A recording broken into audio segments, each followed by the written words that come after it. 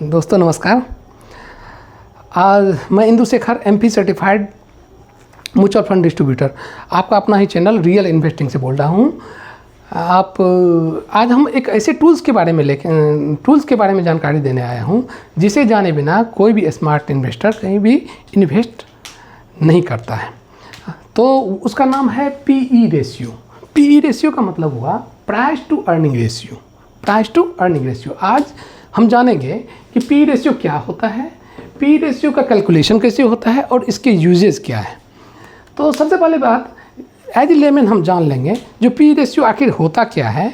As a layman हम कह सकते हैं, हमें ये PE रेशियो यह बताता है कि 1 रुपये कमाने के लिए, 1 रुपये अर्निंग के लिए हमें उस कंपनी में कितने रुपये लगाने होंगे। सपोज दैट किसी कंपनी का PE रेशियो 20 रुपीज़ है, तो हमें उस कंपनी में 1 रुपये कमाने के लिए 20 रुपये लगाने पड़ेंगे। सपोज दैट कोई दूसरी कंपनी है, उसका PE रेशियो 40 रुपीज़ है, तो उसमें हमको 1 रुपये कमाने के लिए 40 रुपीज़ का इन्वेस्टमेंट करना पड़ेगा। सबसे पहली बात, इसका कैलकुलेशन करते कैसे हैं। PE रेशियो का कैलकुलेशन हम current market price of 1 share divided by earning per share मतलब EPS, इसी को EPS भी बोलते हैं। EPS भी बोलते हैं, अर्निंग पर शेयर। अब सपोज दैट यदि किसी कंपनी का करंट मार्केट प्राइस 100 रुपीज़ है और PE रेशियो उसका EPS 5 रुपीज़ है, तो उसका PE रेशियो 20 हुआ। यानी सब कहने का मतलब इस कंपनी में हमें 1 रुपये कमाने के लिए 20 रुपीज़ का निवेश करना पड़ेगा। ओके, तो अब हम इसका यूज के बारे में जानेंगे। सबसे पहली बात, यदि हम PE रेशियो किसी 2 कंपनी के कंपैरिजन के लिए करते हैं, चूँकि हमें वहाँ इन्वेस्टमेंट करना होता है, तो उसमें सबसे पहली बात हमको देखना है कि वो कंपनी सेम इंडस्ट्रीज होना चाहिए। वो कंपनी सेम इंडस्ट्री, इसका हम इन्वेस्टमेंट किसी से एक कंपनी में करने के अलावा करने में और दूसरे कंपनी में कितना महंगा या सस्ता है, इसके लिए हम PE रेशियो का यूज करते हैं। हम इसको एक एग्जांपल से समझते हैं। यदि 2 शॉप है, एक का प्राइस 10 लाख रुपीज़ है और दूसरे का 12 लाख रुपीज़ है।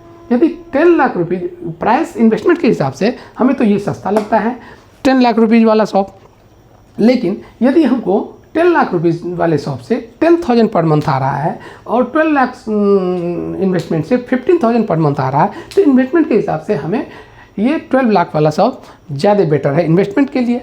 इसी तरह से हमने देखा कि हमें डिफरेंट इंडस्ट्री, हम इंडस्ट्री का चुनाव करने के लिए यदि हम PE रेशियो का कंपैरिजन करते हैं तो हमें सेम इंडस्ट्री लेना चाहिए, क्योंकि different industry different PE ratio reflect करता है। जैसे यदि हम सॉफ्टवेयर कंपनी लेते हैं तो 2 कंपनी हमें ऐसे लेनी चाहिए जिसमें कि या 2-3 या जितने भी हमको सेम इंडस्ट्री में हमें सॉफ्टवेयर वाली कंपनी में कंपेयर करना चाहिए। यदि हम कंज्यूमर ड्यूरेबल लेते हैं तो हमें कंज्यूमर ड्यूरेबल वाली कंपनी के कंपनीज में कंपेरेटिवली स्टडी करना चाहिए। क्योंकि मान लीजिए कंज्यूमर ड्यूरेबल कंपनी का जनरली हम देखते हैं इसका PE रेशियो साइक्लिक कंपनी वाले कंपनी के PE रेशियो से काफ़ी अधिक होता है। सपोज दैट हम इसको एग्जांपल से समझते हैं। कंपनी 1, इसका EPS 3 साल का EPS हम देखते हैं। यदि पहले ईयर में EPS 20 रुपीज़ है, उसका शेयर प्राइस पहले ईयर में 200 रुपीज़ है। दूसरे साल में EPS 21 रुपीज़ है और शेयर प्राइस 210 रुपीज़ है, और तीसरे साल में EPS 22 रुपीज़ है और शेयर प्राइस 220 रुपीज़ है। इस तरह से हम देखते हैं पहले, दूसरे और तीसरे साल में PE रेशियो 10 रुपये आता है। ये एक लो PE रेशियो वाली कंपनी है जिसमें कि इन्वेस्टमेंट नहीं बनता है। इसमें इन्वेस्टमेंट क्योंकि लो PE and low growth company है, ये लो PE and low growth company है। अब सेकेंड कंपनी यदि हम लेते हैं जिसका कि EPS पहले साल में 20 रुपीज़ है और शेयर प्राइस 300 रुपीज़ है। दूसरे साल में EPS earning per ratio 40 rupees है और शेयर प्राइस 1000 रुपीज़ है, और तीसरे साल में अर्निंग पर रेशियो 80 रुपीज़ है और शेयर प्राइस 3200 रुपीज़ है। तो इस तरह से हम देखते हैं PE रेशियो इसका 15 रुपीज़, 25 रुपीज़ एंड 40 रुपीज़ बढ़ के आ गया, जो कि हाई PE रेशियो कंपनी है एंड हाई ग्रोथ कंपनी है। जनरली लोग हाई PE रेशियो वाले कंपनी में निवेशित होते हैं, लेकिन हमेशा ये बात सच नहीं है। हम चौथी कंपनी की ओर जाते हैं, तीसरी कंपनी की ओर जाते हैं, जहाँ पर कि पहले साल में EPS 20 रुपीज़ है और शेयर प्राइस 200 रुपीज़ है। दूसरे साल में EPS 15 रुपीज़ है और शेयर प्राइस 195 रुपीज़ है। और तीसरे साल में EPS 10 रुपीज़ है और शेयर प्राइस 180 रुपीज़ है। हम यहाँ देख रहे हैं कि जिस हिसाब से, जिस रेट से इसका EPS नीचे डाउन हुआ है, उस हिसाब से शेयर प्राइस डाउन नहीं हुआ है, नहीं गिरा है। इसीलिए इसका पी रेशियो हर एक कंसेक्यूटिव ईयर्स में बढ़ गया है। तो दिस में not be a good investment option. यहाँ तो पी रेशियो अधिक है, लेकिन ये एक अच्छा इन्वेस्टमेंट ऑप्शन नहीं हो सकता है।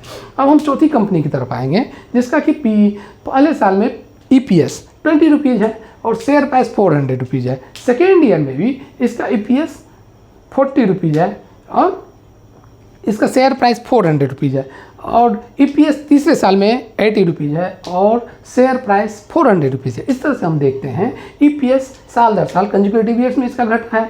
लो पी रेशियो कहलाएगा, may be a good investment option, क्योंकि इसका हम देख रहे हैं EPS साल दर साल इसका बढ़ रहा है और बढ़ ही नहीं रहा है, 100% से बढ़ रहा है। ठीक है, 100% से बढ़ रहा है। यहाँ 100% बढ़ा, यहाँ भी 100% बढ़ा, तो 100% से EPS ग्रोथ कर रहा है। इस तरह से हम देखते हैं जनरली दोस्तों, जनरली हाई पी वाले कंपनी हाई ग्रोथ कंपनियां या वैल्यू स्टॉक कहलाता है। हाई ग्रोथ वाली कंपनी होती है और लो ग्रोथ कंपनी होती है।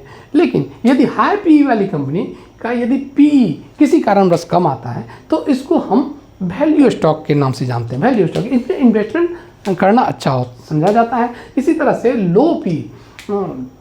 यदि लो ग्रोथ वाली कंपनी का पी काफ़ी ऊपर जा रहा है, तो ये ओवर वैल्यूड स्टॉक कहलाता है।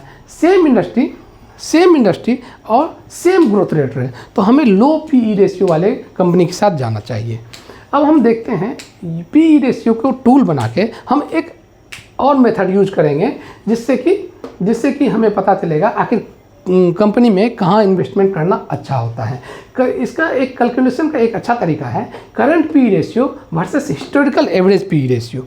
जैसे यदि हम करंट पी रेशियो किसी भी कंपनी का 10 है और उसके 10 साल का एवरेज पी 25 रुपीज़ है, 25। अब हम देखते हैं कि इसका किसी कारणवश पी बहुत कम है, तो ये स्टॉक अंडर वैल्यूड स्टॉक कहलाता है और इसमें हमको निवेश करना चाहिए। यदि इसी का पी रेशियो करंट में 35 हो और 10 साल का एवरेज पी रेशियो 25 है, तो हमें इसका पी रेशियो बहुत अधिक हो गया, ये ओवर वैल्यूड स्टॉक कहलाएगा। इसीलिए हमें इसमें निवेश उस समय नहीं करना चाहिए। तो इस तरह से हमें पी रेशियो केवल पी रेशियो ही नहीं देखना चाहिए। पी रेशियो देखने से पहले 2-3 चीज़ें और हमें देख लेने से हमें इन्वेस्टमेंट का ऑप्शंस और भी मजबूत हो जाता है। जैसे EPS ग्रोथ 3 to 5 ईयर्स का हमें EPS ग्रोथ ज़रूर देखना चाहिए, हिस्टोरिकल पी रेशियो देखना चाहिए, तब हम इस टूल का एक अच्छे से उपयोग कर पाएंगे। तो ठीक है दोस्तों, आज मैंने बात किया पी रेशियो के बारे में। पी रेशियो क्या होता है, पी रेशियो का कैलकुलेशन कैसे होता है और इसके यूजेस क्या है। यदि आप हमसे जुड़ना चाहते हैं और मेरे साथ इन्वेस्टमेंट करना चाहते हैं तो आप नीचे दिए गए लिंक पर आप क्लिक करके मेरे साथ जुड़ सकते हैं। धन्यवाद।